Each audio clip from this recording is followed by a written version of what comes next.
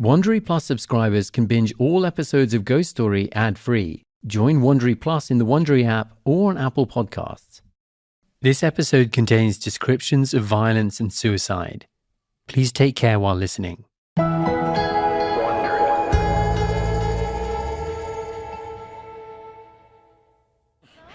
All right. Is that our bus? You can get one, yeah. It's early morning in London, and Annie and I are boarding the first bus of many Chelsea, World's End. for what will be a very long day. What we're about to do is ill-advised. What is it? Well, we're going on a kind of madcap assault course crossing London On a sort of paranormal wild goose chase. At this point, Annie and I have attempted to contact everyone who's lived in my childhood home. We've tried talking with nearly every descendant of Naomi Dancy, with dozens of experts and specialists. Basically, to our knowledge, we've talked to every person even peripherally connected to the ghost or the murder story. Fillmore Gardens. Well, every living person. What do you think the chances are that we're going to have a revelation today? I don't know. It's time for a slightly unorthodox approach. Time to contact Naomi and Father directly via a good old-fashioned seance. Have you ever seen a psychic before? Never. Have you? No. Regrettably, neither Annie nor I know how to make contact with the other side. We need a professional. And that's why we're spending the day traveling around London, auditioning psychic mediums for the role of spirit liaison. I'm going to have to try quite hard to remain calm and not take the piss. Which means? To kind of make fun of, to tease, to not be serious. Yeah. Look, this isn't my bag, but I figured, how much could it hurt? And I'm almost embarrassed to report the day took a much more disturbing turn than I expected.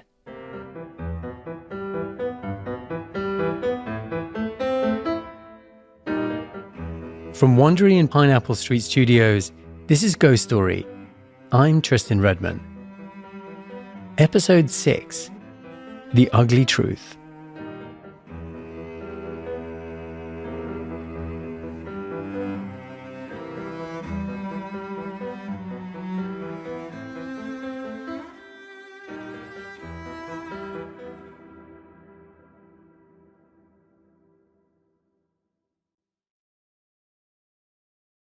Turns out, when you start looking for them, Hello. Hi. mediums are all around us. Come in, we're on the 3rd floor and there's a lift. We visited one in a posh apartment complex. She'd left the corporate boardroom to do readings in her living room. What were you doing in the corporate world? Oh, you wouldn't believe it. I was a CIO. Our second medium works out of an old church down an alleyway. Oh, hello. Hi. Hello. Hello, please come in. And the third Oh, there it is. There it is. set up shop in the basement of one of London's biggest department stores, Next to the Nespresso outlet. And next to Home Goods. looking every bit the part of a shopping mall psychic. Can I just say you have incredible eyelashes? Thank you. I'll let my eyelash technician know that. Well, yeah, please pass on my compliments. Well, do you want me to do a message? Yes, okay, please. so let me just focus on you for a second. We sat down. They stared into my eyes or wistfully out the window, and I waited. Shuffle the cards, please. But when each of these mediums cracked the door to the other side, Okay, I need to give you what comes through. they didn't show us Father or Naomi. Have you got a grandma that's passed? Yes. I feel she's here with you. Instead, it was just some run-of-the-mill ancestors. And I am aware of a gentleman's energy that stepped in with you. I feel a strong link with your dad, basically. Grandfather, he's in spirit now, and he's the one that's been pushing you to do this. Did you have a dog as a child? I'm seeing a dog for some reason. Medium-sized dog. I'm not seeing a massive dog. I mean, who wouldn't want to make contact with a medium-sized dog? Sort of sandy-coloured dog. Have you had a dog like that or been friendly with a dog like that? Yeah. Well, I think he comes back to say hello. I couldn't help myself. Yeah, what's his name? Let's see if I can get the letter. P. Does it begin with P? No, I'm not so good with names, I'm sorry. that's okay. What is the name? Scoop. Scoop. There was one moment actually that took me by surprise. Is that the name of Margaret, please? I need to give you this name. Can you understand this name? Margaret. I'm hearing the name Margaret. Okay. Someone else said Margaret today, but we don't have any Margaret connection. Well, I mean, I do have my dad. My dad has an aunt. My great aunt is called Margaret. I was talking about her last week with my sister. Okay. Well, she knew all of that. She heard it all, the reminiscing about her. For a second, I thought there might be onto something here. But come on. If you had to pick one name in the ancestors of a white British man in his 40s, Margaret would be a pretty good guess. I think it's all rubbish, of course. But the mediums are clearly ready to handle skeptics like me. You pretend being skeptical, but you are not that skeptical. This is what's coming through. You are spiritual. Your energy is quite open. I mean, I don't feel very spiritual. I've never shown any interest in any of this stuff. Because you know, in your heart of hearts, you know. Do I? Yes, you do. Look at the face. How can you be so sure? You are pretty red. Well, it's because it's hot and we're in a very small room. There's 3 of us in here. Annie and I headed back to our Airbnb where our 4th and final psychic was meeting us. We were knackered from connecting with the ancestors all day. It was fun, sure, but no one had got anything meaningful right. And we were nowhere near closer to finding a medium that we could trust to do a seance for us. So when our last candidate went to the wrong address, we thought about cancelling, but we didn't. So will we start recording right away? Yes, that's the plan. Okay, I just, and then you will... The 4th medium's name was Nicola. He's thin and small, with short blonde hair and a skinny black blazer. How did you end up in London? It was just by feeling. I just felt like it was where I needed to be, so... And he was definitely the softest spoken of the mediums. He didn't make a lot of eye contact, and he kept his head tucked towards the ground. Do you always work with pictures? Yeah, mostly pictures or just people. His method was a bit different than the other 3. He asked us to show him pictures of the people we wanted him to connect with, and we started with Naomi. Let's talk about the woman in the photo. Sure. Okay, just 1 second while I connect with her energy.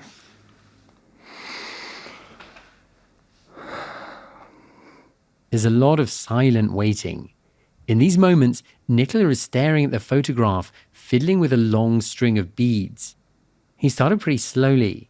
She makes me feel like in some way she could be related to you, in some way, into ancestry. She's related to me by marriage. Okay. By marriage, not ancestry, okay. He got a lot of things wrong at first, and I worried that this would be just another failed reading. But then... Okay, she draws me towards pieces of furniture in the place where you be living that could at sometimes have some sort of shake or vibration towards it. Something in the room that it sometimes could shake or vibrate that's not supposed to, or that normally wouldn't, and would cause you to question where that's coming from and who that may be. Does that make any sense? Now, that was something. My mind immediately went to Sonia's bed shaking. I keep seeing, from what she shows me, is like a nightstand or a lamp that would be shaking and vibrating at times. Flickering or kind of like turning off of lights too. The lights are actually flickering in here, slightly weirdly. It happens often with me. Say more about the nightstand. You know, like every time I ask her to show me something, she shows me objects moving in the room at times. So she's also making me feel that those are signs of her energy. You might not remember this, but the vase in my room that used to move around, it often wound up on the bedside table. You might call it a nightstand. I mean, that's weird, but I don't know. Was there someone else you wanted me to connect with? Yeah, for sure. We showed him another photo, this time of Father. Okay, did he somehow pass away at the age of 67? Or is there... No, he was older than that when he died. It's either 67 or 76. If not, then I'm just not connecting with him. He died in 1976. Okay, I have some of his energy here. Again, it took Nicola a minute to find his feet with Vader, like he was warming up. I'm being shown a knife in connection with his passing. So I have to see, like, I can go deeper. Does that make any sense if I connect with his energy as if someone like took a knife to him, or there's a knife involved with at the time that he passed? Because I keep being shown a knife. There's no knife involved in his passing. Oh, okay. Vader died in old age. But of course, I was thinking of the razor that was involved in Morris's death. And he also like keeps talking about some suicide. It was either his or someone else really close to him didn't die a natural death and somehow took their own life. That's what he's telling me. What's he telling you exactly about that? It's as if the person had taken their own life in a short period of time, and it was kind of not expected of them. Does that make any sense? I mean, this is a person who has known people close to him who have committed suicide. Mm-hmm.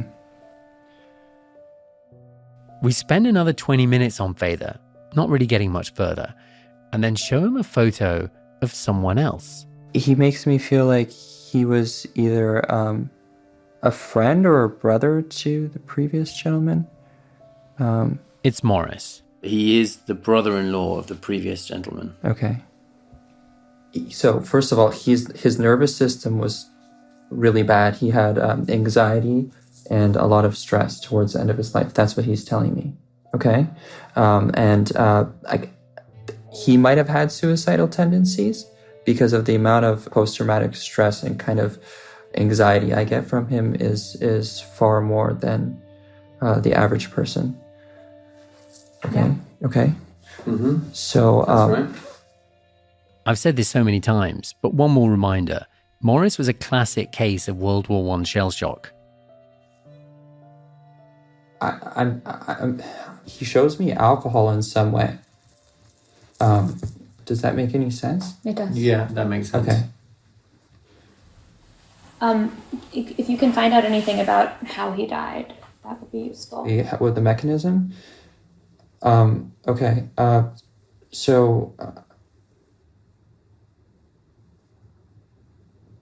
What are you doing with your hand?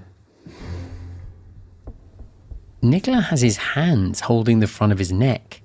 Did he somehow, like, suffocate himself around his neck in any way? Like, does that make it? Because he keeps showing me, like, as if he kind of hung himself in some type of way? Or wrapped something around him to stop himself from breathing? He cut his neck. Okay. So with the knife. Well, we don't know if he cut his neck, Okay. but his neck was cut. Okay, so I want to say it's with the knife that I saw earlier. Because he shows me around the neck.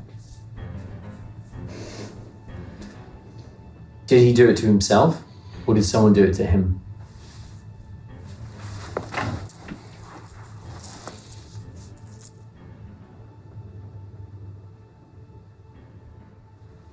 Now he makes me feel like someone did it to him.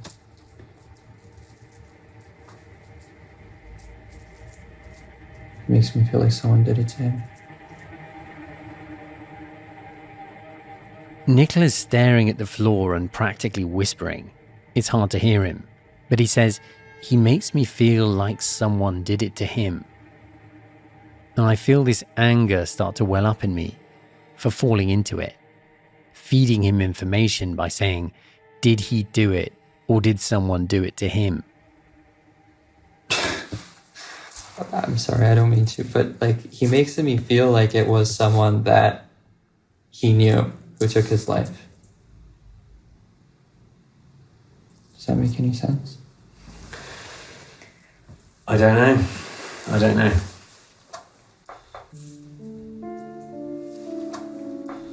Well, I feel like this has been really helpful. Yeah, we've been and talking just- to you for a long time. I think we should let you go. Yeah. Thank you for coming to see us. Yeah, it takes some time to get going, but That's okay. once I get going and everything, like this Totally. picture really did a lot for me. Okay. Yeah. All right. Cool. Yeah. Thank you so much, Nicola.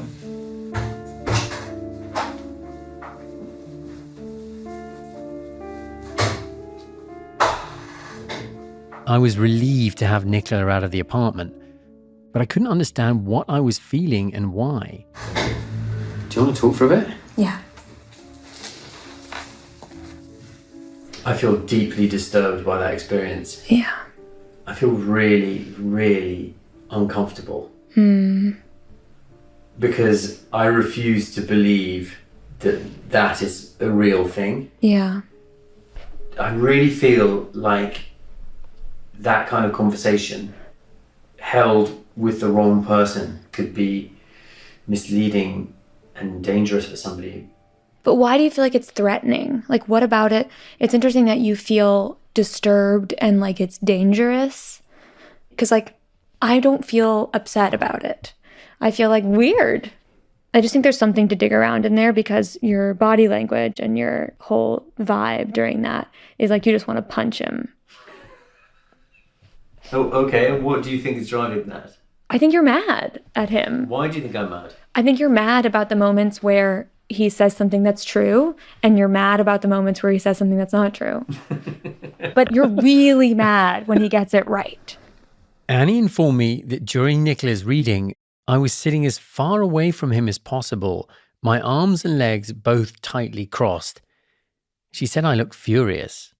It's like if you're sitting in front of a magician watching them do a trick. You know it's a trick. You know they're not cutting the lady in half, right? But you can still be wowed by the performance.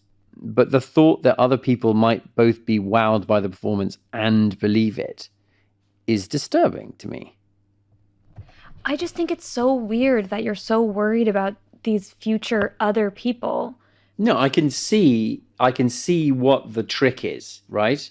I can feel what they're trying to do, and it just makes me very worried there are certain people who would be susceptible to that. I think you're worried that you would be susceptible to that. You're very worried about other people could be convinced by this guy, which doesn't sound like other people. It sounds like you. So what do you think it is about me then? I think that you're upset that sometimes you believe it and you don't want to believe it, but it bothers you that there are times where you do. She was right. What I actually felt with Nicola is that I couldn't see the trick, which meant he was either fooling me or he actually could talk to the dead. And both of those things made me deeply uncomfortable. But it occurred to me later that this uncomfortable moment with Nicola sort of serves me right. Before we hold our seance in the next episode, I was going to be sharing with the Dancies everything we'd found out about the murder and asking them to reevaluate their long-held beliefs about Fedor and the family.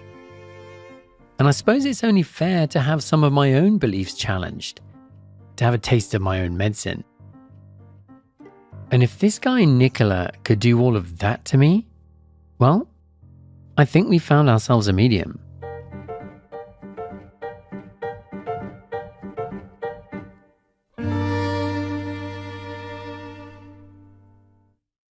Inexplicable pains, sudden fevers, and strange rashes. They usually turn out to be nothing, but for an unlucky few, these symptoms can start the clock ticking on a terrifying medical mystery. Stay tuned until the end of this episode to hear a preview of Mr. Ballen's Medical Mysteries, the newest podcast from one of the internet's most popular storytellers, Mr. Ballen.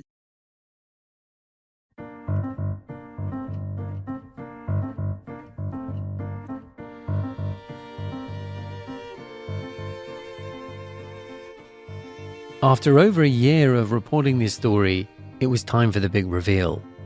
Time to tell my in-laws all I'd learned. Specifically, I was going to talk with Kate's dad, Johnny, and her uncle, Mark, and walk them through what I found in my research. Not long before that conversation was set to happen, I sat Kate down and I told her everything I planned to tell her dad and uncle. She was supportive as always. Sorry, hang on, I'm just taking the wrong turn. But a few days later, Girls? we were in the car with our 2 daughters when she said she wanted to talk. You know, from my own interview, it's only actually afterwards that you start wondering, does that have any implications? What exactly does that mean?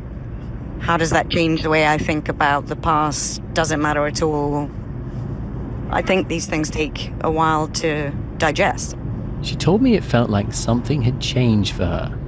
I mean, that makes total sense. Having had some time to digest it, how have your feelings changed since we last spoke about it? I think that I spend more time thinking about what the whole family will think about it and what that means for us as a unit. I think it's sad. Sad in what way?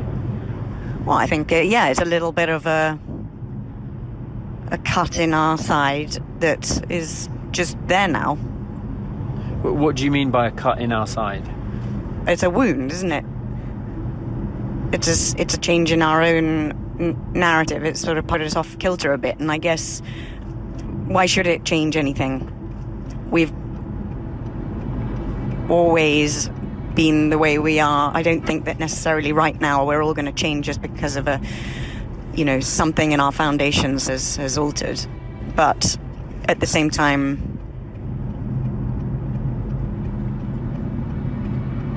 something is different. I mean, I can't put my finger on it, but something is.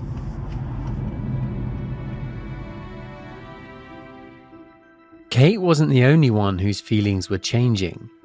My brother-in-law Hugh had expressed something similar to me. He'd also started out excited about the project. And at some point, something descended on me, which was a different feeling, which was more along the lines of, what the hell is he doing and why? As in, what the hell am I doing and why? I don't know where that sense of protectiveness or defensiveness came from. What is the concern there? Is that we'll be traduced as a family, that our bloodline will be spoiled? I don't know. And obviously my line about tainting our bloodline is knowingly absurd, but nonetheless, the feeling was real, a momentary feeling of back off. And I have no idea why. Both Hugh and Kate seemed genuinely surprised at how all of this was affecting them. It was all several generations removed. They didn't even know Naomi's name at the start of this project. Why were they now feeling so unsettled? Hugh had a theory about this. I read a while ago, probably as a parent desperately seeking any kind of useful advice, that the most helpful thing a child could be given in terms of their emotional stability in later life was a sense of where they came from. Our sense of who our parents were, grandparents, great-grandparents, etc., is maybe more important than we tend to think about it, because we don't tend to think about it. But it nonetheless is what gives us or doesn't give us a sense of security and stability. So when that shifts, I can see how it would be disturbing. All of this was on my mind as Annie and I drove down to West Sussex, a couple of hours south of London on the coast, back to my uncle-in-law Mark's house. Knowing how Kate and Hugh were wobbling, I was nervous about Mark and Johnny's reaction. Apart from Bindle, these 2 guys are the closest in the family to Fayther. Mark actually goes by Fayther with his grandchildren, and Johnny has John Dancy's name. If anyone was going to resist this information, it'd be them. Ah, there he is. Ah, Johnny. Hello. I wanted to give Mark and Johnny the information at the same time, but Johnny teaches philosophy at the University of Texas, thousands of miles away from Mark, so we decided to have him join by Zoom. Can you hear me? Can you hear me? Yeah, why are you wearing that funny hat? They're headphones. To distinguish you from me. Here in Sussex, Mark's wife Zana will also be joining us. Should we start talking about things that we've learned? Yeah, maybe the stuff that's outside of the police file. Yes. Our plan is to start with the easy stuff. Walk through some of Fayther's more harmless lies. See how that goes. Then, if things seem okay, move on to our panel of detectives and their various theories about Naomi's murder. Yeah, let's have a crack at bringing you up to date in a sort of relatively chronological order. So, I began with something straightforward. Fayther's grammar school education. Fayther was born in 1891. And the story about Reverend Crapper coming to see him and recruiting him to go to Faversham Grammar School appears to be true, because I tried to throw them a bone there, because the next step in Feather's educational journey wasn't so shiny. Remember Feather went to Cambridge on a scholarship? We have been in touch with Cambridge. They sent quite an extraordinarily long email. And they said to us, I checked under the spelling Tristan gave me of John Horace Dancy, and also under any potential alternative spellings of Dancy I could think of, plus Horace as a potential part of the surname. This might seem like a trivial detail, but in this family, educational stature, it's a big deal. And they've done a very, very thorough search. There is no record of Feather at Cambridge University. Just then, my mother-in-law, Sarah, joins Johnny on the Zoom. Oh, did I miss that? Yeah, he never went to Cambridge. It's all a complete fiction. There's no evidence whatever of that. Johnny in particular had been attached to this piece of information, in part because it's a prestigious university, but also because it's something you could check. So many of Feather's stories are impossible to verify. This one was something tangible, something you could find out. I always assumed that if we bothered, it would be quite easy to find this, if one bothered. But you found out it wasn't true. And your father would have been mortified. Yeah, right, okay. Well, oh dear. And just like that, already, I can see the cracks forming in the foundations. English men of a certain age do not fall apart in a very demonstrative way. Trust me, I'm slowly becoming one. So you need to look out for quieter cues. Johnny is holding his head in his hands. He's sighing a lot. Mark has his arms crossed. Well, no, what you found out is that you can't trace it. Yeah. But then he was very keen on covering it up anyway. We ticked through some other doubts about Feather's life story, that there was no mention of him anywhere as a member of British intelligence. The song he wrote that hit #1 in America, he didn't write it. In fact, we found evidence that he wasn't responsible for any of the songs he claimed to have written, including I Married a Wife. And there's no trace of him in the famous Club for Magicians either. There's no sign of him at the Magic Circle. He was never a member. Goodness. Oh, dear. And finally, we moved on to his military service. What about the painting? They know about of Liban. Oh, we never talked about that. This one is a bit of a funny lie about a painting. Feather claimed in the memoir that he fought in a famous battle during World War I in Gallipoli, Turkey. Feather says he landed on the beach at Gallipoli, and he describes this wild story where on his way to Gallipoli, the ship he was on, the SS Liban, sunk in the Mediterranean. Horses drowned, hundreds of men, but Feather survived. And it was quite a famous shipwreck, and there's a famous painting of it. It basically was a sort of maritime hit and run where the Liban was hit by another boat and the other boat just carried on and let the Liban sink. So this is a historically verifiable shipwreck. It definitely happened. The issue is that there's no way Feather could have been on that ship. Problem is that the SS Liban sank a few years before the First World War, but this is the name of the boat that he... They do use ships' names again, once a ship's sunk. Well, it seems like an extraordinary coincidence that two ships called the Liban leaving Marseille should sink within 10 years. Yeah. Well, and there is no record of any ship called the Liban sinking in that month in 1915 that I've been able to find. Goodness.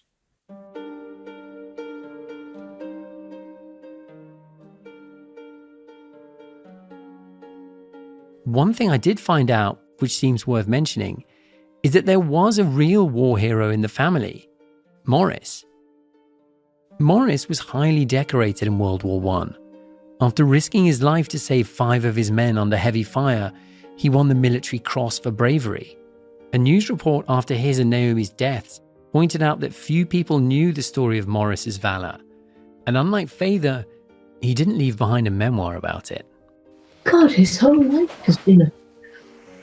Walter Mitty. It's tragic. I was just thinking it's sad. It's starting to feel like a pile-on, and we haven't even got to the hard stuff yet. Well, it's not. It isn't tragic. Well, all the things you say that are falsities are on the whole, concluded to be false because you can't find any evidence that they happened. Well, there are plenty of ones which clearly are false, though. There are plenty of things which are clearly false, yes.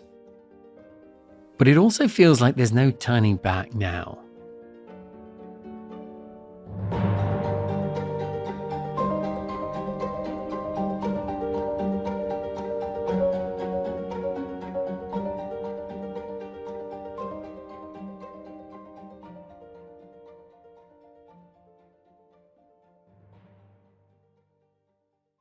I'm about to play a clip from Mr. Ballen's Medical Mysteries. Follow Mr. Ballen's Medical Mysteries wherever you get your podcasts. Prime members can listen early and ad-free on Amazon Music.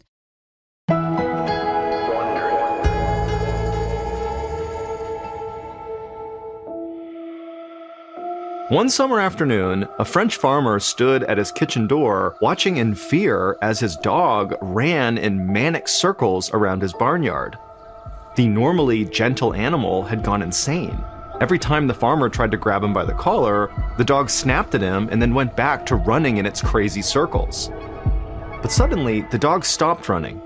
He sniffed at the ground, then bit down on a rock and chewed on it so hard his mouth started to bleed. Nothing the farmer did could get him to stop. The dog just kept chewing on more and more rocks until blood was running down his mouth and his teeth were starting to fall out. What the farmer couldn't know as he watched his beloved dog go crazy was that only 2 days later, he, the farmer, would be the one running around that same yard, screaming incoherently like a madman. It was an inexplicable horror that would spread throughout the entire village, and no one would know how to stop it.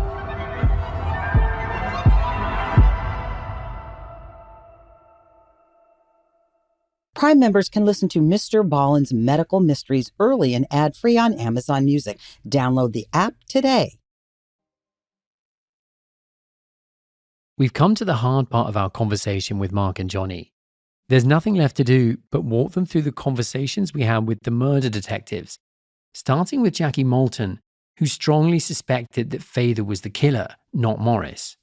Then I made a point of emphasizing how much Hamish Campbell disagreed with her perspective.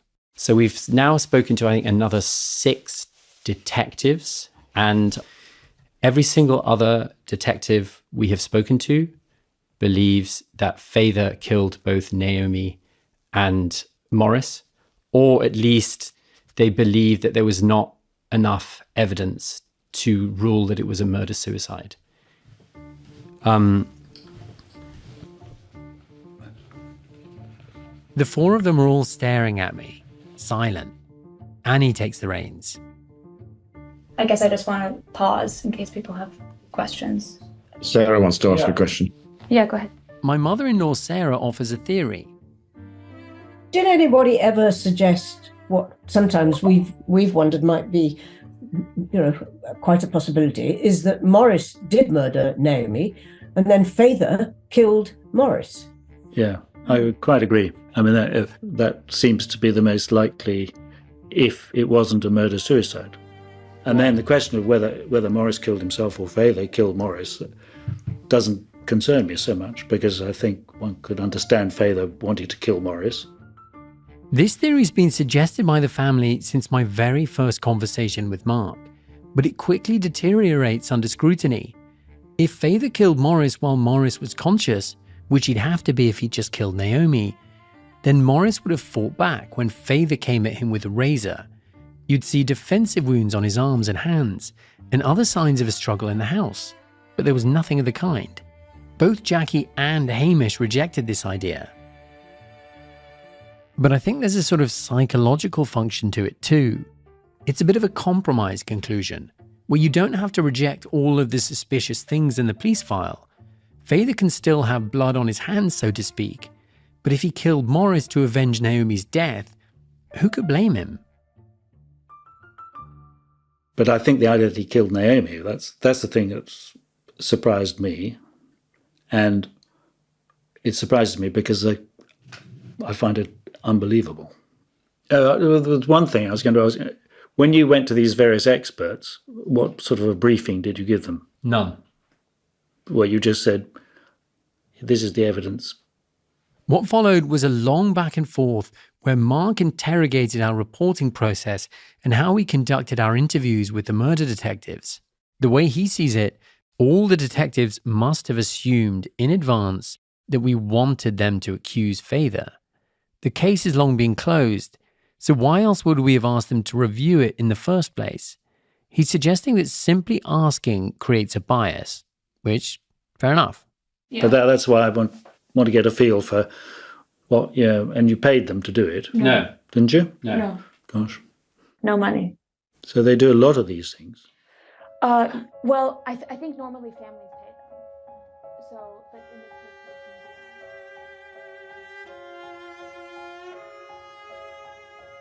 how have you felt during this conversation in terms Well, of... I was surprised. The thing that surprised me is that all these experts have come around and said something quite different from the police at the time without any additional evidence. And there's absolutely not a shred of important evidence to suggest that he did it. And there's no motive that I can understand. I think you mind about it a bit. That's Xana there, Mark's wife. She reaches over and pats Mark's knee. If you didn't catch it, she says, I think you mind about it a bit. Well, I don't mind about it if it's true that he murdered his wife, but I do mind the idea being put about if I'm not compelled by the evidence, basically. Thought there was something going on under there.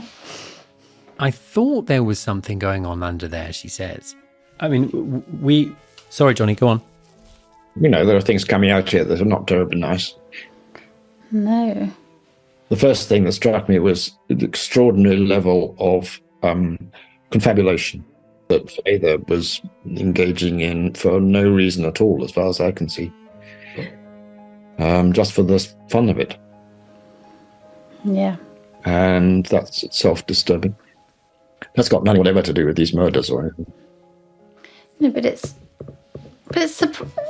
surprising, isn't it? I mean, it is very odd. I mean, he must have been quite a strange person. I always knew Father was a complicated man, but my goodness. Yeah, I mean, how do we emerge from this?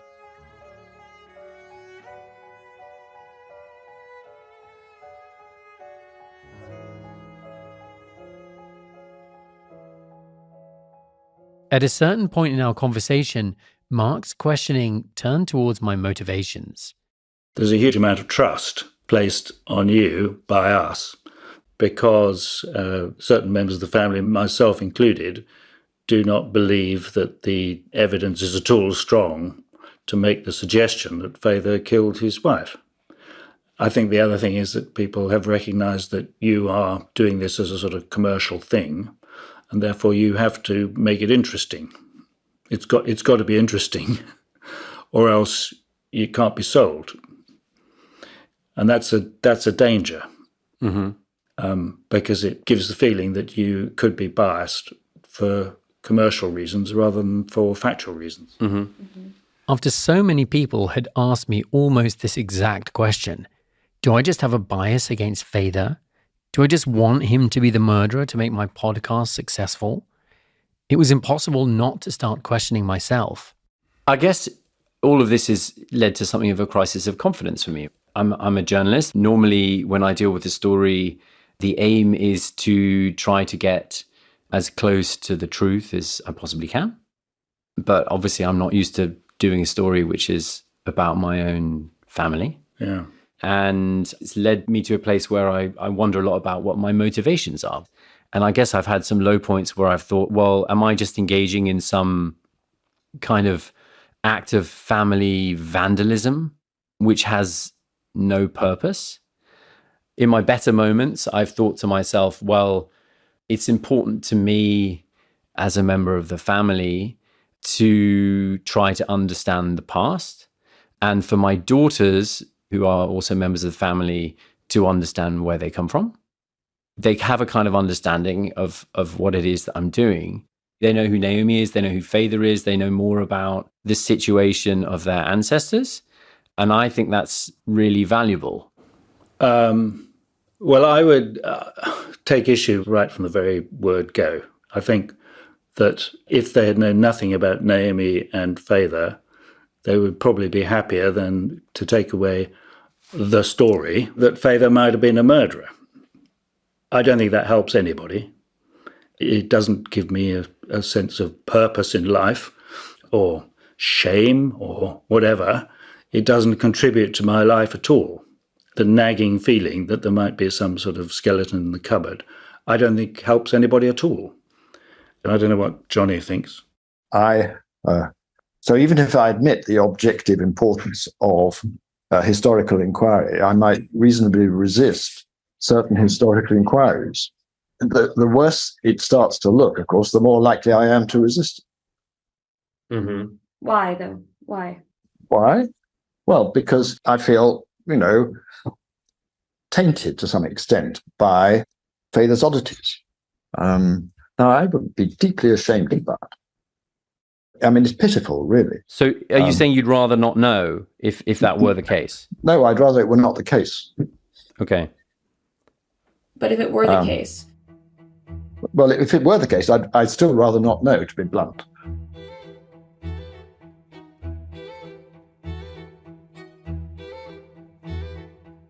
I think this is a central question of what we're doing. Is it worthwhile to know the truth of your past if it's ugly? Or is it better not to know it? And implicit in what Mark is saying here about my daughters being better off not knowing about Naomi's murder or Father's lies is a kind of assumption. An assumption that knowing something ugly about their past can only hurt them. That having that origin story will do more harm than good.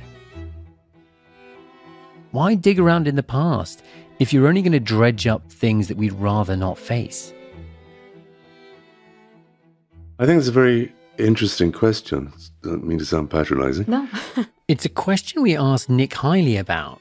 He's the historian of Britain's Secret Service who immersed himself in Father's memoirs all those years ago. It turns out he's thought a lot about this. For instance, I remember for the first time I taught on summer schools as a historian. And there you get people who come to a summer school who have an idea of the past, which explains how they came to be in the present, and it's supportive for them. People tend to have a whitewashed view of history, Nick says. One that allows them to feel proud of where they're from. It tells them who they are. It tells them they're not guilty for being who they are. And you take them, I found I was taking them as a professional historian and saying, well, actually, none of that's quite right. And this is actually what the past was like. And I did feel rather awkward that you're taking happy people and you're making them unhappy by a process of introducing them to what I would consider the truth of the past. Do you think, though, that it's actually good to destabilize those people in that way? Like, is there something fundamentally good about it? I don't know. The one thing you have to remember about the past, which I don't think people tend to do, everything about the past is in the present. It's all here. We roll up the past like a carpet, and we bring it with us. So everything is in the present. I mean, my attitude to the past is that it needs sorting out because it did in many ways lead to where we are now. And the price of seeing where we are now clearly, Nick says, is going places we'd rather not go. So you start to feel slightly guilty as a historian because the past is not a comfortable place to be. It is challenging. It is threatening to what you believe. It is disruptive. It's a very awkward place to go.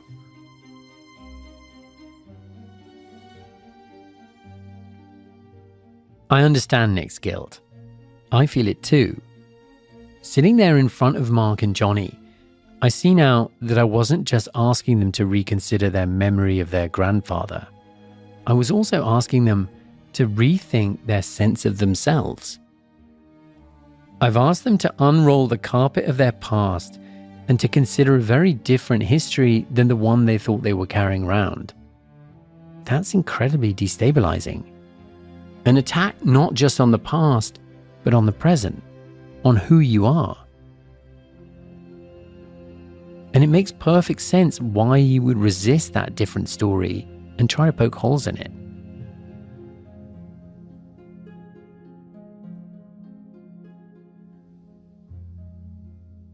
I can't believe what just happened. I've got into the house on Queen's Road. Next time, on the last episode of Ghost Story, I phoned the owner. I told him, look, there's no easy way to say this. My wife's great-grandmother was murdered in your house. I'm making a podcast about it. Can I come round and see the house, please, and speak to you? And he said, yeah. We tried to conjure Naomi in the place where she died and make some peace with the past. Yeah. When? Next week. Oh my God. Hold on, that's amazing. Is she here, Nicola? Not here. Here I feel her. Yeah, in this chair.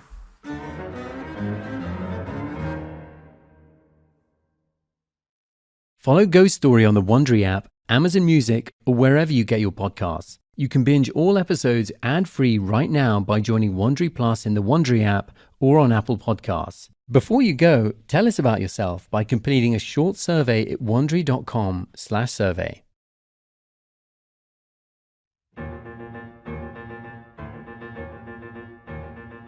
Ghost Story is a production of Wondery and Pineapple Street Studios. It's hosted by me, Tristan Redman. Our lead producer is Annie Brown. Our senior producers are Chloe Prasinos and Jess Hackle. Our producers are Zandra Ellen and Emerald O'Brien, and our associate producer is Natalie Peart. Joel Lovell is our editor, with fact-checking by Maximo Anderson. Theme song and music by Daryl Griffith, supplied by APM Music, with mixing and original music by Hannes Brown. Pineapple's head of sound and engineering is Raj Makija, with assistant engineers Sharon Badales and Jade Brooks. The senior audio engineer for Ghost Story is Davey Sumner.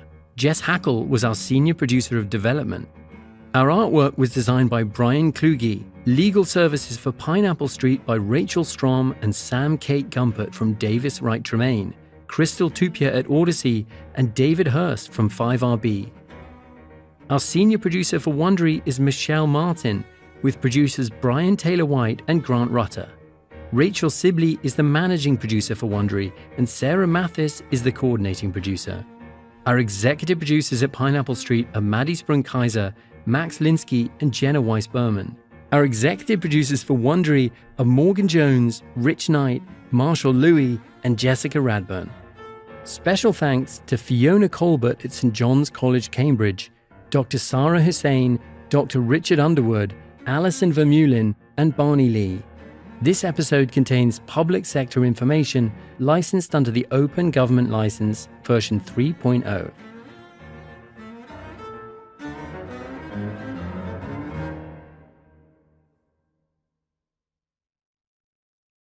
Wondery Plus subscribers can binge all episodes of Ghost Story ad-free. Join Wondery Plus in the Wondery app or on Apple Podcasts.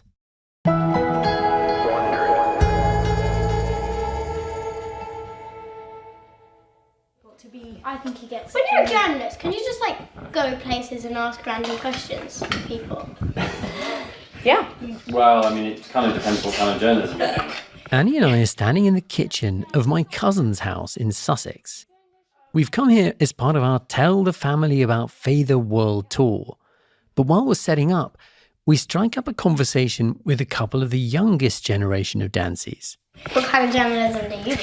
Well, at the moment we do Faither and Naomi Dancy family journalism. Hebe is 11, her brother Max is 14, and unlike some other members of the family, our project is very relevant to their interests. I like murder stories. Why do you like murder stories so much, Hebe? I don't know. Is that cool? That's all she knows. Is it all you read? Not all. Yeah, it's all I read. After months of challenging conversations with adults, these kids are refreshingly hard to spook. Hebe's a totally normal child obsessed with death. I'm obsessed with death. What's your favourite murder story? I don't know. I'm reading Agatha Christie at the moment. You're reading Agatha Christie at the moment? Okay, which one? The Mystery of the Blue Train. And what happens on the blue train? Someone dies. Why do you like mystery stories so much? It's because I can like try and figure out who did it. Yeah, okay. I like investigating things. All right, well, our story's a little bit like that. That's why I'm interested in it. The story these kids know about Feather, the version that's been passed down to them, is Feather is a swashbuckling hero, dodging bullets, sliding down a banister to escape the homicidal Morris. The story they know about Naomi is, well, not much. Well, what did happen to Naomi? Well, she died in 1937, was killed by her brother, No. we think. But did that really happen? Who knows? It's one of the Because questions. Feather might have killed her and then killed him and then blamed it on him.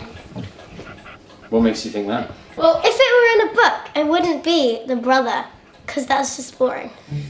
Okay. It would look like it was the brother. It would look like it's the brother and then it'd be someone else. That's what. Like, it's never the simplest option of, Yeah. it's always got to be the other one. In about 5 minutes, Hebe has landed on the conclusion that the cops from 1937 barely considered, that Feather did it and framed his brother-in-law. When you read a murder mystery book and you get to the end, is there always a solution? Do you always find out who the killer was? Most of the time, yeah. Why would you read it if you don't? There's no, like, thing to read. I don't know, it's hard to explain. No, the problem with what we're doing is that we're never going to really know. Yeah. Well, that feels, like, unsatisfying, because you just really want to know and you can't. Right. Right. Life is a little more boring than an Agatha Christie novel. And so, yeah, we can't know for sure about what happened in that house. Well, why don't you go to that house? Yeah. Well, we are going to that house tomorrow. Are you taking a seance? How did you know that? Word's got around, apparently, because Hebe's right. We are planning a seance. How do you do a seance? I don't know, I've never really done one before. How are you going to do it then? Well, we've got a guy who's coming, a psychic medium. We've brought back our guy Nicola, the quiet psychic who got a bunch of stuff right and totally freaked me out last episode. If you end up speaking to a ghost, then like, that's cool. I can't guarantee we're going to find any ghosts because they may not even exist, but we're going to try tomorrow. And when we go to try and speak to your great-great-grandmother, are there any questions you would like us to ask? Who murdered you?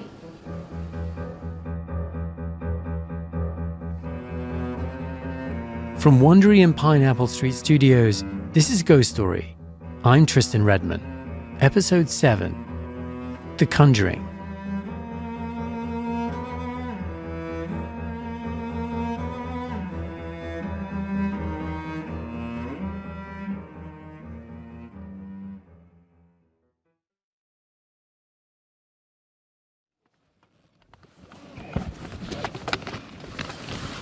I think we're ready.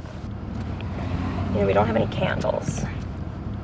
We're candleless. Does it say that is a thing? Well, that's what the spiritualists said in the 19th century, you've got to have candles. We're driving through London, me, Annie, my wife Kate, and another producer from our team, Chloe, on our way to the seance. Surely this guy, Nicola, will bring what is necessary You'd hope to so. connect. Nicola is meeting us there. Last time we spoke with him, I sort of threw a wobbly, lost my head, which Kate, love of my life, won't let me forget. I think you're quite scared, aren't you, Tris? Well, yeah, there's definitely some of that. Will anyone ever take me seriously again as a journalist?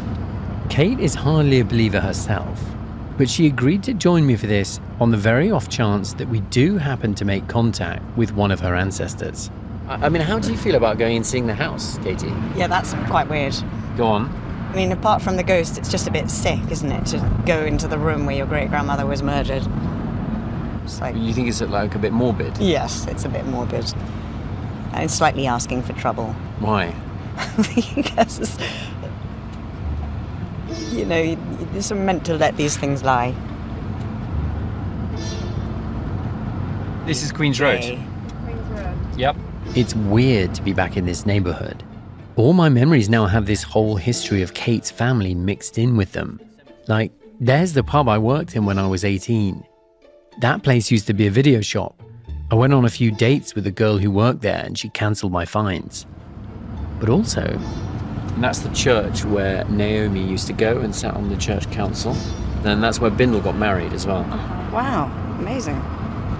You're like my family historian. Just here is great, thank you. We pull up in front, clamber out of the car. And there, right in front of us, is my old house. And just next door... This is the house. This is the murder house. The house where Naomi was killed and where Father lived for another 30 years. So weird. But I'm clearing my mind and I'm going in totally zen. Totally zen. We gather our equipment, walk up to the front door and ring the bell. Calling now. Please wait a moment. Hi, sorry. Hi. Hello. Okay, go on in. You go first. Thank you. The woman who answers the door is Kirsten. Her family has lived here for more than 15 years. Beautiful. Come in. Yes, please. Thank you. Coffee. When I called several weeks before to ask her and her husband what they thought of this plan, hello, my name is Tristan, and also mind if a few strangers host a seance in your bedroom, I was shocked that they were up for it. Kirsten even wanted to join us for it. Tristan, you used to live down there? I used to live next door. Next door? No. Yeah. The house is almost exactly the same layout as my old house next door. Whenever I picture the murder, I picture it in my childhood home. I picture Naomi sleeping in my parents' room, Father breaking down our bathroom door to find Morris. I mean, how much do you know about the history of this house? Not that much, no. I just know about the murder and... Kirsten's known about the murder for about a decade, but she tries not to think about it. So I pushed it aside, that thought, because I thought, don't want to think about any killings in the house. And it's in the back of my mind, but in a box, put away, not to be opened. But here we go. I open it up again. We haven't disturbed you. The box is open now. The box is open. And it's a huge relief that Kirsten is so game, because once Nicola arrives, things aren't going to get any less weird. Hi. Hey, good to see you, Nicola. It's good to see you. Hi.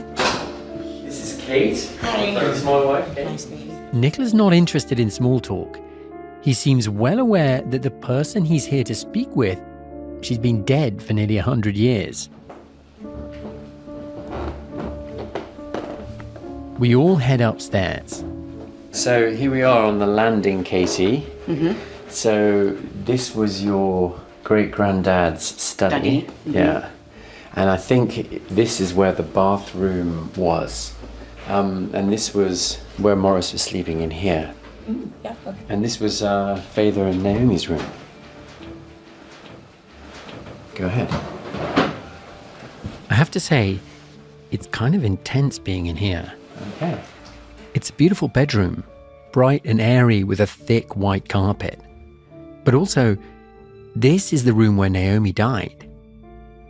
Look through the door and across the landing, you can see Father's study. Next to that is the room where Morris slept, and the bathroom where he died. We stand in the room, looking at each other, waiting for Nicola to take the lead. Yeah, then we could sit on the floor, I guess. That's fine. Yeah? Okay. We sit in a circle on the carpet, all of us cross-legged. I glance at Kate, trying to get a sense of what's going on inside her, whether she's regretting her decision to come. Nicola doesn't pull out any candles, doesn't draw the curtains. Yeah, everyone can put their hands in the center, kind of. And I will start off by saying that in today's session, we've all gathered to communicate with those energies who have crossed over on the other side. And we seek answers and closure from all of those spirits who are willing to come forward in love and light. Thank you. I unwrap a porcelain teapot and slide it across the carpet to Nicola. It's one of the few mementos of Naomi's that the family has, a wedding present given to her when she married Father in 1918. And what is that teapot telling you? The owner of this teapot, her energy is very confused and she's very frightened. She's not so cooperative, I will say that. A producer on our team, Chloe, asked one of the first questions. Is she here, Nicola? Not here. Here I feel her. You're pointing to the corner of the room? Yeah, in this chair. A chair sits in the corner, its black leather seat empty. Can you see her? What does she look like? She wears a purple dress right now. And it's either dark brown hair that I'm seeing or black. We hand him one of the few portraits surviving of Naomi, black and white.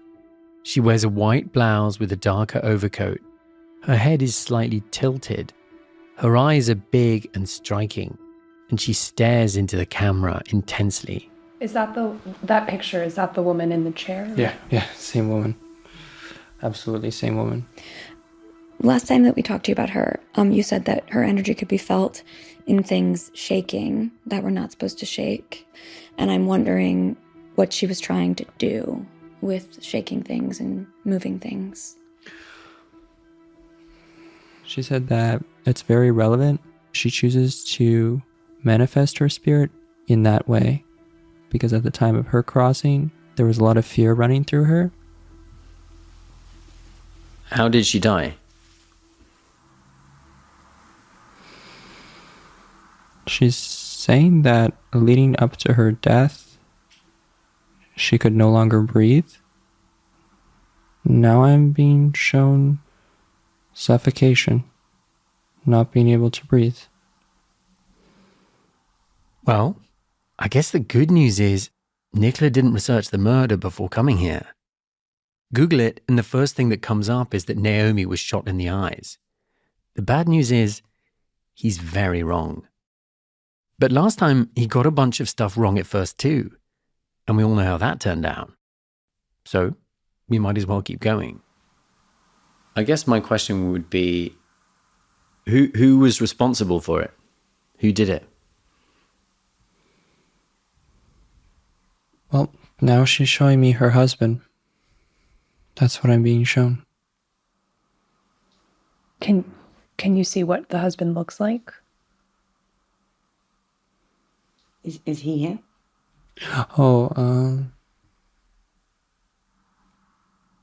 Now I'm being shown someone lying on the ground when you asked, is he here? And then there's a cut at the neck. Nicola motions like a man is lying on his side in front of him, his head in the middle of our circle.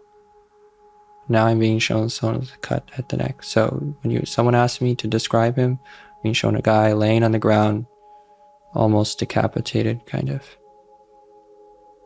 If that makes sense. It's not her husband, but... Okay, so then... Okay, let's see what she says.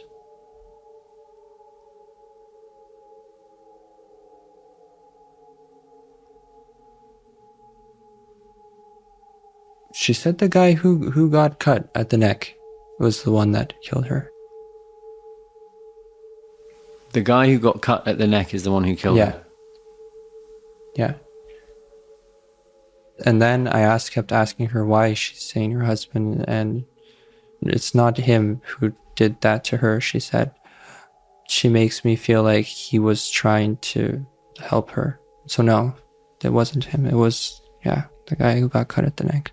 It was the guy who got cut at the neck who killed her? Mm-hmm. Morris. I'm not exactly buying it, but I want to keep going. I ask him if it's possible to ask Father about this too. Name? John. Nicola writes down Father's name on a small notepad and stares at the carpet. He's telling me that he didn't kill him. He didn't actually get to kill him. That's what he keeps saying. What do you mean by he didn't get to kill him?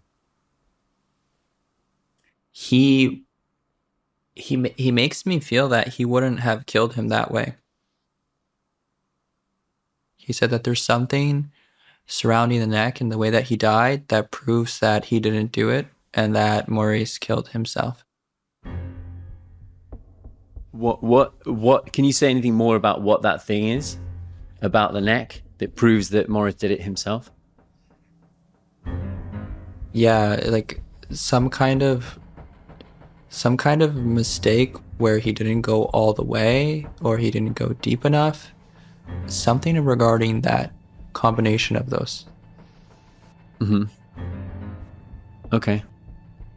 And he said that itself proves that it wasn't him. Bloody hell. Some kind of mistake on Maurice's neck where he didn't go all the way or he didn't go deep enough.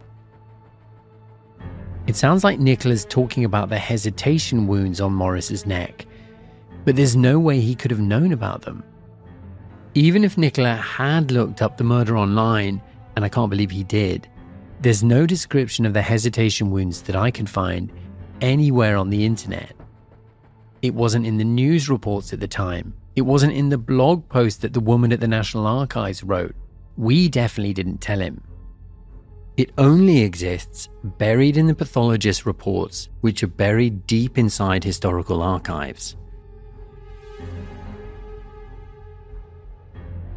We're all nervously giggling or silent, so Annie explains what has shocked us so thoroughly. There's a very interesting piece of evidence where the pathologist decides that the reason why Maurice had to have killed himself is that there are hesitation marks. So there basically are like small cuts, like attempt wounds that are, and then one that goes all the way. Like he really struggled. Like he was going soft and then pulling out, and Mm-hmm. And so the question is whether or not Fayther could have faked the hesitation wounds. Mm. I'll say no. Mm-hmm. He didn't fake them. It was really him. So you believe, from what you've been told today, that Naomi was killed by Maurice and then Maurice killed himself? Yes. Okay. Yeah. Sounds pretty conclusive, Nicola. Yeah. Is that helpful? That is helpful. Mark will be happy. In case you didn't catch that, that was Kate whispering, "Mark will be happy." In fact, an unexpected wave of relief washed over me after Nicola told us this. I mean, I wasn't putting all my eggs in the psychic medium basket, but to have anyone, be so sure that Fayther didn't do it was strangely comforting. The mood in the room lightened. How does he feel about what Tristan's doing? Is he okay with Tristan sometimes accusing him of being a murderer? He said no, and then I said, why not? And he said, because I wasn't. He said I was innocent. Does he feel that it's unfair that I'm looking into this, or does he understand why I'm doing it? He said that he knows that you mean well and that you don't draw conclusions from anything. He has no hard feelings towards it. He's incredibly mature about this. Yeah, I mean, he's being big. Wouldn't he lie just on the other side if he's a liar? That's what I'm thinking. Yeah. Like, why is he dead and telling the truth? Good Do you know what I question. mean? Yeah. Can ghosts lie? Spirits? Yeah. Spirits can lie? Mm-hmm. That's a twist. Nicola, you've just blown it wide open again.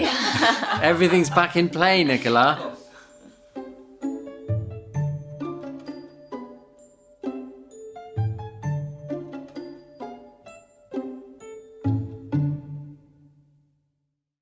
Inexplicable pains, sudden fevers, and strange rashes. They usually turn out to be nothing, but for an unlucky few, these symptoms can start the clock ticking on a terrifying medical mystery. Stay tuned until the end of this episode to hear a preview of Mr. Ballen's Medical Mysteries, the newest podcast from one of the internet's most popular storytellers, Mr. Ballen. A few days before the seance, Annie and I took to the stacks of a medical archives library in London. I think you have some materials for us, please. Yeah. What's in there? Tristan Redman and Annie Brown. It had occurred to me by then that the seance could turn out to be a total bust. What if I drag Kate to her family's old house and it's all a pointless waste of time? And what if that leads her to think this whole thing, the past year and a half, was a pointless waste of time? Like Mark had said to me more than once, if you can't prove anything, then why are you even doing this? The answer I arrived at was Naomi. Naomi was erased from the Dancy family history, and that's true no matter who killed her. So I figured even if we end up in this bedroom and Nicola gives us nothing, well, I could still conjure Naomi through something I was perfectly comfortable with. Good old-fashioned research. I want to find if I see her name mentioned anywhere. The library is quiet, so we try to keep it down as we hunch over these old books. Medical journals, old photographs, the minutes of health council meetings from the 1930s. Oh my God, Dr. Naomi Dancy. Looking for traces of her. Oh my God. We found it. All right, so what does it say? We learned that it was during World War I that her career took off. The men had gone off to fight, and Naomi was one of the first women doctors to be recruited as a surgeon at her hospital, a job previously held exclusively by men. Oh, there's another one by Naomi. She rose in the ranks, but also kept working with mothers and babies in some of the poorest corners of London. Page 352. When she wasn't seeing patients, she was known as one of the most gifted lecturers on social issues. She gave as many as 120 lectures a year. That's at least 2 nights a week, sometimes more. So this one is about conversations with children. In one lecture, she spoke about the importance of not lying, specifically not lying to your children. She tells the audience that to deceive a child is to commit a grave sin. N. Dancy. So there you go.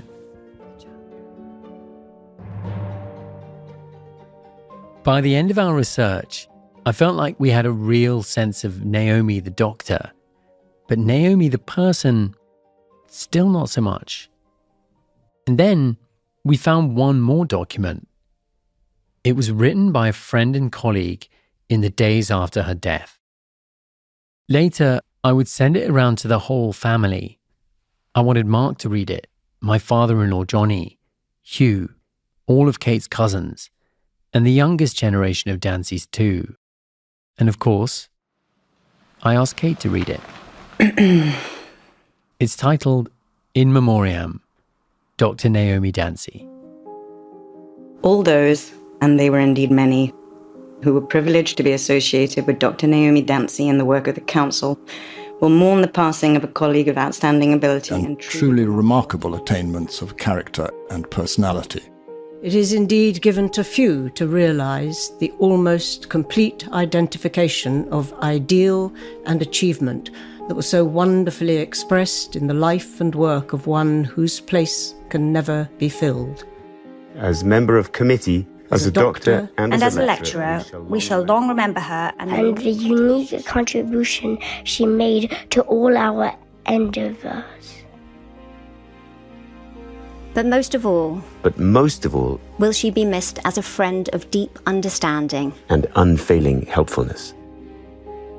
Nothing could have been more fitting than the memorial service at the Church of St. Catherine Coleman. For in the congregation which filled the church were to be seen so many mothers with little children clustering around them. So many mothers with little children clustering around them. It was to the comradeship of such that Dr. Dancy gave her life. and no company could have honoured her more.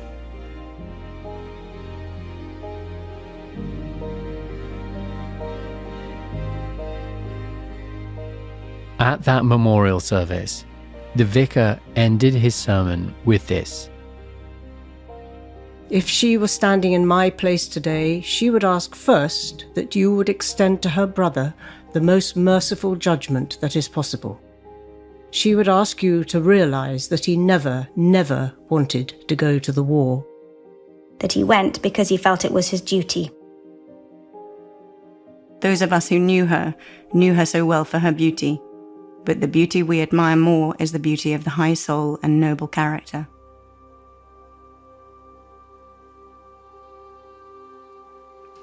Oh, yeah. Quite something, that. Yeah, it's pretty powerful. I mean, I never thought about her. Makes me feel a bit sad. She must have been a very nice lady. Grandad was obviously very clever, and Johnny is very clever, and I feel like it was always kind of assumed that very cleverness came from Father. But now I'm wondering if maybe that wasn't the case, and that it's just because she was a woman in a time when women were overlooked. I think that it's cool. It's kind of like she's the clever one rather than him, because it's expected that men are cleverer than women. It's nice to think that I was related to her. Talk about ghosts and all that, it's brought her back to life, really.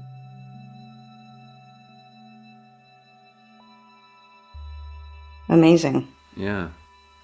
I love the idea of the church stuffed with all the children. Kate read the In Memoriam for the first time there, in Naomi's bedroom, and we were all sitting around her, watching her read it. I know, isn't that amazing? Yeah. It's interesting because the twin messages that I kind of get from Naomi and Father is that for Father, it's kind of all about this fantastical story that he tells about his life, and it doesn't really matter if it's true or not. And Naomi is the kind of diametric opposite. Mm-hmm. And she did all this stuff in her life and didn't talk about it, and no one knows about it. And we all talk about what he did, when actually most of what he did, he didn't do at all. Yeah. Exactly. We've been here for several hours now. The shadows are getting longer. We're all a little wiped out from the seance, but also from all of it. And for some reason, it hits me in this moment how surreal it all is that we're here. My wife is sitting across from me in the room where her great-grandmother was murdered. And only feet away is the bedroom where I grew up, the one with the yellow vase, where Kate and I became more than friends, where our life together started in earnest. It's all right there. We didn't even know then that her family had ever lived in this house. We knew nothing about what happened here.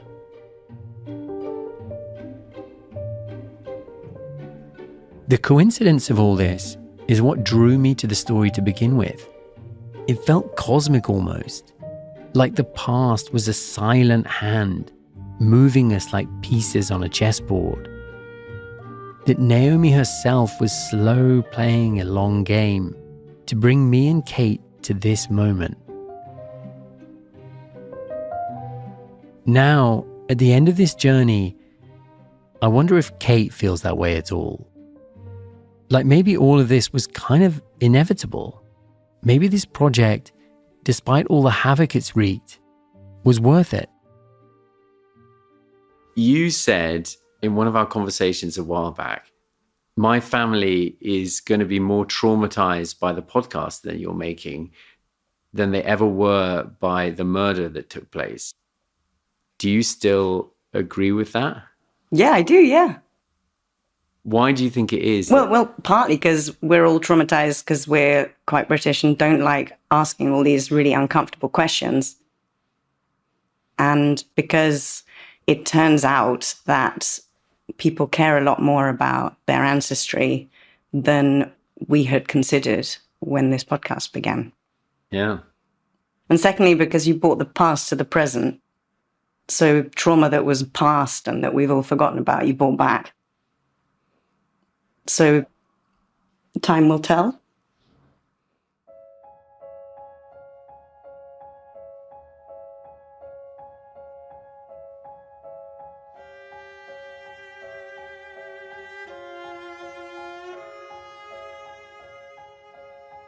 Time will tell.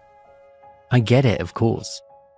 I've asked a lot of Kate and her family, and they might never agree that resurrecting all of this long-buried pain was worth it. As for me, I tend to agree with our old friend Nick Hiley. That image of his, that we roll the past up in a carpet and carry it round with us. It stuck with me. The idea that the past doesn't need to be brought back because it's already here, shaping us, nudging us here and there, in ways we can't appreciate until we stop for a moment to look at it.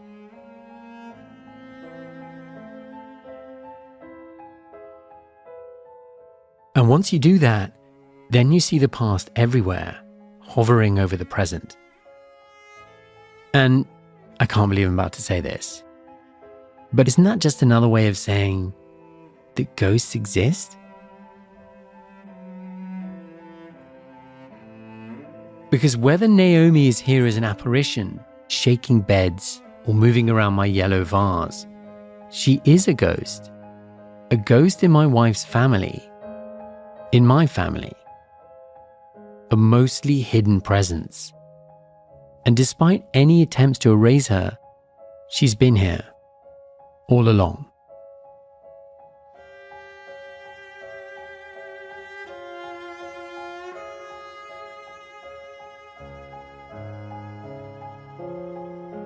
Is Naomi still here? Is she listening to this? Yeah, she's there. She was always sitting there.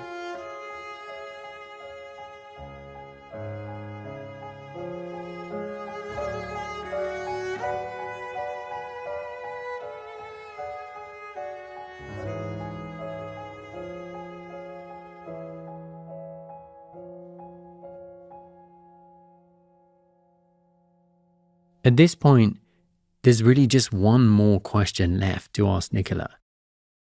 A question that goes back to the very premise of this project. I'd like to get something really clear. Is there or is there not a link between the faceless woman in my old house and Naomi who died in this house?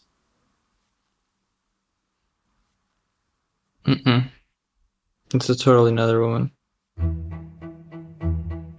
It's different energy. Yeah, it was separate. I'm feeling separate occurrences, separate set of paranormal activity there with its own history and story behind it. A separate ghost with its own history? What the hell could that be? I guess that's next season on Ghost Story. Tristan! I'm joking, Katie. I'm joking. Katie, I wouldn't do that. Katie? Follow Ghost Story on the Wondery app, Amazon Music, or wherever you get your podcasts. You can binge all episodes ad-free right now by joining Wondery Plus in the Wondery app or on Apple Podcasts. Before you go, tell us about yourself by completing a short survey at wondery.com/survey. I'm about to play a clip from Mr. Ballen's Medical Mysteries. Follow Mr. Ballen's Medical Mysteries wherever you get your podcasts. Prime members can listen early and ad-free on Amazon Music.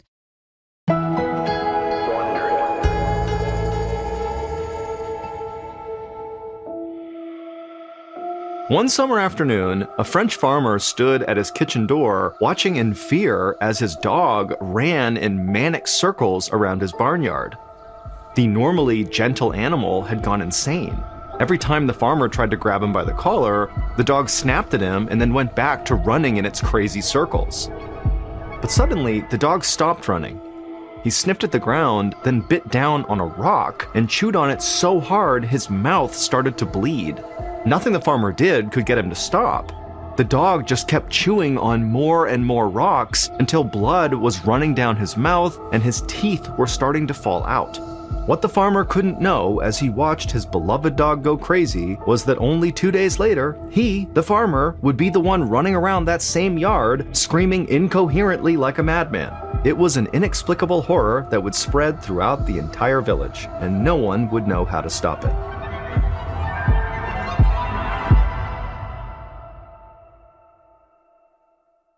Prime members can listen to Mr. Ballen's Medical Mysteries early and ad-free on Amazon Music.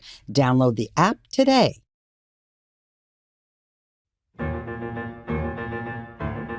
Ghost Story is a production of Wondery and Pineapple Street Studios. It's hosted by me, Tristan Redman. Our lead producer is Annie Brown. Our senior producers are Chloe Prasinos and Jess Hackle. Our producers are Zandra Ellen and Emerald O'Brien, and our associate producer is Natalie Peart. Joel Lovell is our editor, with fact-checking by Maximo Anderson. Theme song and music by Daryl Griffith, supplied by APM Music, with mixing and original music by Hannes Brown. Pineapple's head of sound and engineering is Raj Makija, with assistant engineers Sharon Badales and Jade Brooks. The senior audio engineer for Ghost Story is Davey Sumner. Jess Hackle was our senior producer of development. Our artwork was designed by Brian Kluge. Legal services for Pineapple Street by Rachel Strom and Sam Kate Gumpert from Davis Wright Tremaine, Crystal Tupia at Odyssey, and David Hurst from 5RB. Our senior producer for Wondery is Michelle Martin, with producers Brian Taylor White and Grant Rutter. Rachel Sibley is the managing producer for Wondery, and Sarah Mathis is the coordinating producer. Our executive producers at Pineapple Street are Maddie Sprung-Kaiser, Max Linsky, and Jenna Weiss-Berman. Our executive producers for Wondery are Morgan Jones, Rich Knight, Marshall Louis, and Jessica Radburn. Special thanks to Martha Dancy, Josie Rourke, John and Kirsten Howells, Dr. Peter Heinel, Bill Smith, Henry Malofsky, Grace Cohen-Chen, Alexis Moore, Leah Reese-Dennis, Maggie Lang, Alison Vermeulen, and Barney Lee. And my eternal thanks to the whole Dancy family, and Kate, Lenny, and Maxine Redman. This episode contains public sector information licensed under the Open Government License version 3.0.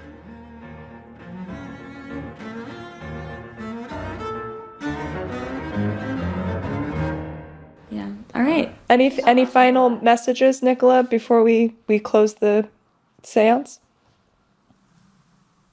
That woman without the face,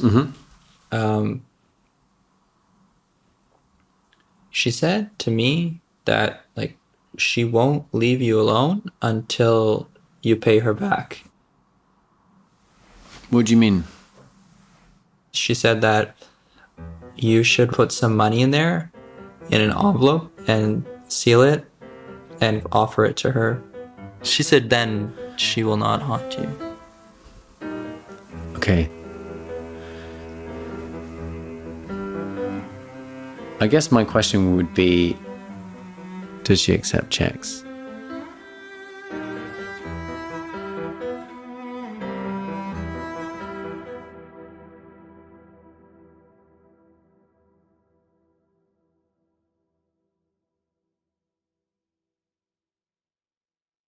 Hey listeners, I wanted to thank you for listening to Ghost Story. We really hope you enjoyed it. If you did and are looking for another podcast that will keep you up at night, you should check out Mr. Ballen's Medical Mysteries, the new podcast from master storyteller Mr. Ballen and Wondery. Every story shared on Mr. Ballen's Medical Mysteries is surgically calibrated to make your blood run cold. You can expect to hear all about bizarre, unheard of diseases, miraculous recoveries, strange medical mishaps, and everything in between. I'm about to play a clip from Mr. Ballen's Medical Mysteries. Follow Mr. Ballen's Medical Mysteries wherever you get your podcasts. Prime members can listen early and ad-free on Amazon Music.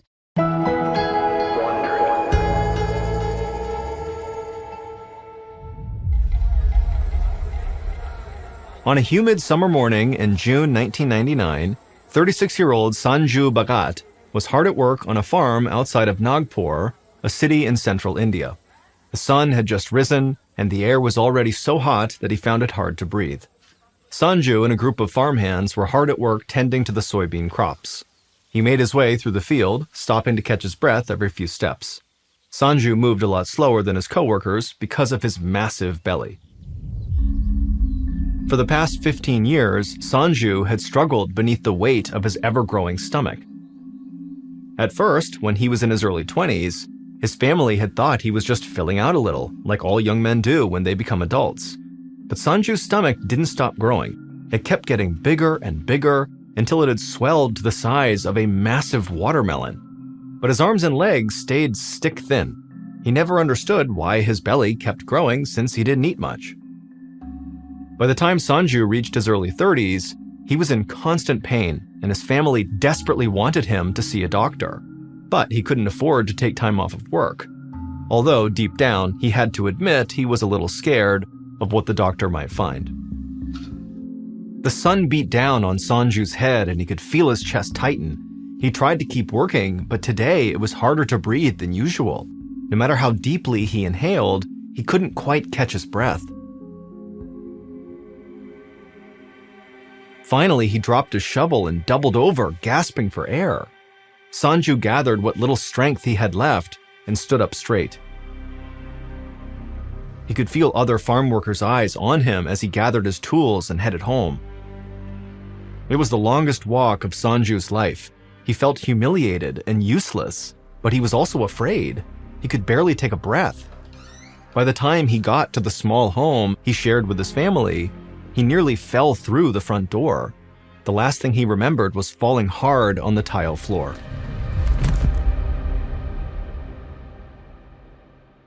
Early the next morning, Dr. Ajay Mehta had just started his shift in the oncology ward at Tata Memorial Hospital. He was alerted that a new patient named Sanju Bhagat had been brought in all the way from Nagpur and that he needed to be seen right away. Dr. Mehta hurried over to Sanju's room. If someone was rushed in an ambulance from so far away, it had to be a serious emergency.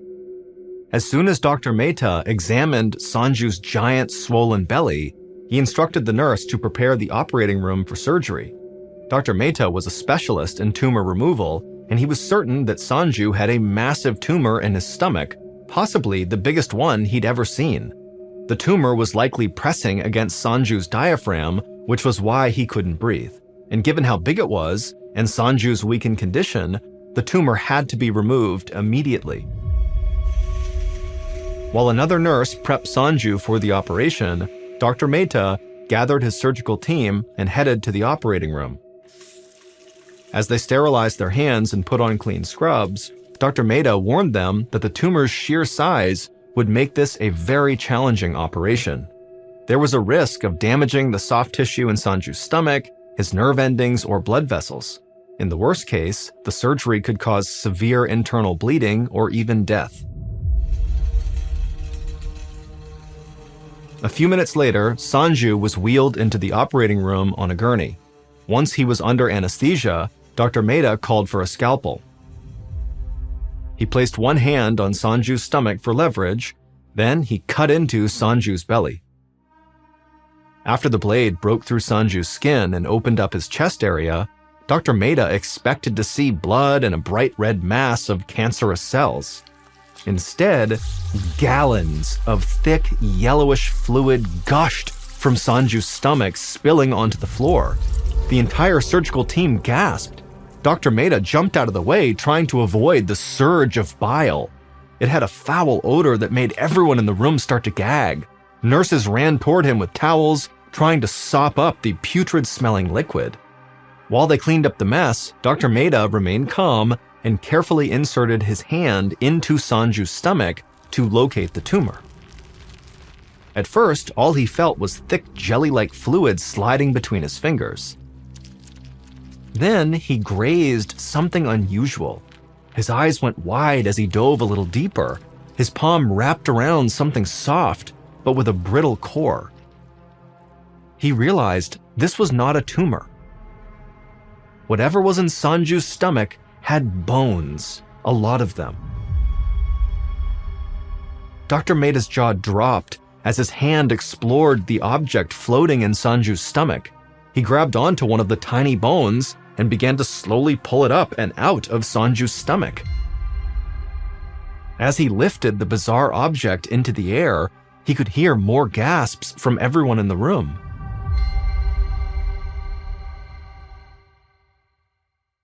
Hey, Prime members, you can binge the first 8 episodes of Mr. Ballen's Medical Mysteries right now and ad-free on Amazon Music. Download the Amazon Music app today.